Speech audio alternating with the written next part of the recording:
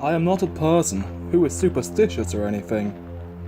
Yeah, the kind of start to such a story as you'd expect, isn't it? Anyway, I'm not a person with greater than average interest in anything uncanny. However, I do love a good chat. If you start talking to me, make sure to get comfy, as you'd be stuck with me for a while.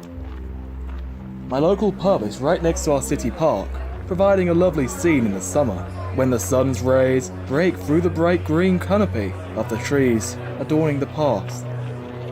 However, it's autumn. The trees are barren, like poles without flags.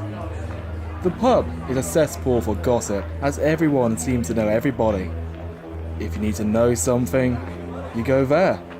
If you want to know something about someone, you'll find an answer there too.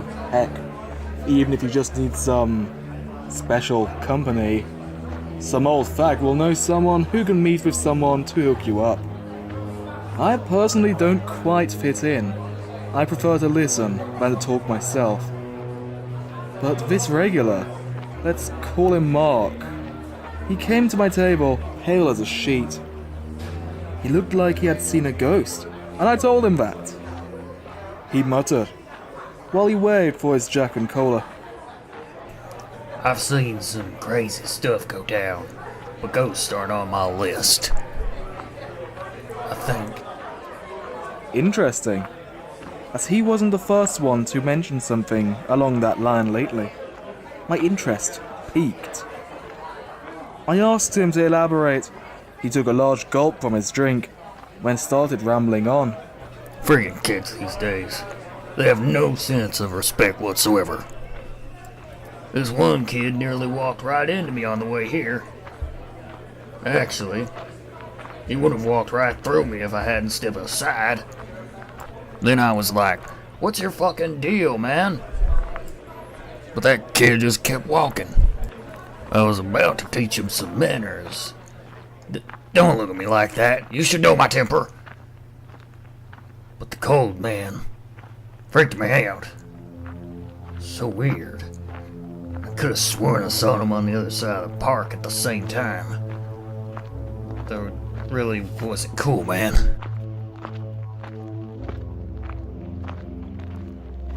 All I could really do was nod and ponder. The story didn't seem too outlandish. Perhaps he was merely drunk and thought he saw something on the way here. After another drink, I paid up and headed home.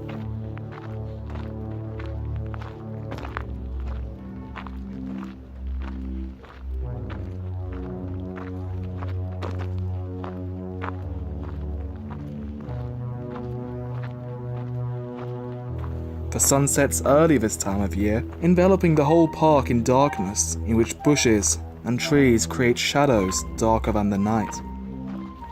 I could see my breath in the occasional light illuminating the path, despite the fact that it was still quite warm for this time of year. Crunch. Someone was walking behind me. Perhaps he came from a spot on the lawn and I didn't notice him, or her, I couldn't tell. Crunch. The person must have been walking about 10 feet behind me. Crunch. His pace matched mine perfectly. At this point, I turned around to see who was following me. No one. The path behind me was dark and deserted. A flickering lamp did not cast light on the big lawn on the sides of the path. There was definitely no one here. When I turned around, I saw a figure walking towards me. However, the light ahead me was not working at all. It seemed like a young lad, perhaps 15 years of age. His plain grey hoodie hid his face, but he seemed quite short. This shady guy did not worry me until he walked past me. The chill ran down my spine. It was as if frostbite was forming on my whole body. I gasped, turned around, tried to grab him, but he was gone. Impossible, he was right there. I increased my pace, wanting to leave the park now. I was nearing the exit, but I realized with dread that it was becoming colder the closer I got to fleeing this wretched park. I could see the street, but it felt like I had been shoved into a tiny freezer. It was absolutely unbearable. On top of that, the figure was just casually walking towards me again, hands in his hoodie pockets, his face shielded from view. I ran back into the park. At least it got warmer the further away I ran from the exit. Now I was at a total loss. Trapped inside a dark park, but this entity was the last thing on my to-do list. I whipped out my phone and attempted to call a mate to pick me up, but the screen froze on the home page. A cold breeze was picking up, blowing in my face. Quiet breathing. A runny nose was added to my suffering. I slowly lifted my head. That thing was standing inches away from me. Why was he at eye level with me? It was as if my runny nose was forming icicles. So cold. I jolted back in panic, scrambling back to the lamppost. I saw a second apparition walk down the path towards me. A bike. A yellow bike. Images were forming in my head. The thing. It had walked right through me.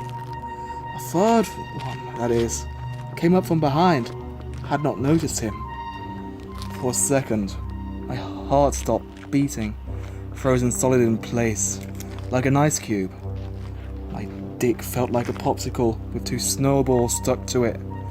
The sensation passed quickly, only to be replaced by the feeling of being dipped in Mount Doom itself. The burning agony as my body readjusted to the surrounding temperature. Excruciating. More and more entities started appearing, and I knew I had to act fast.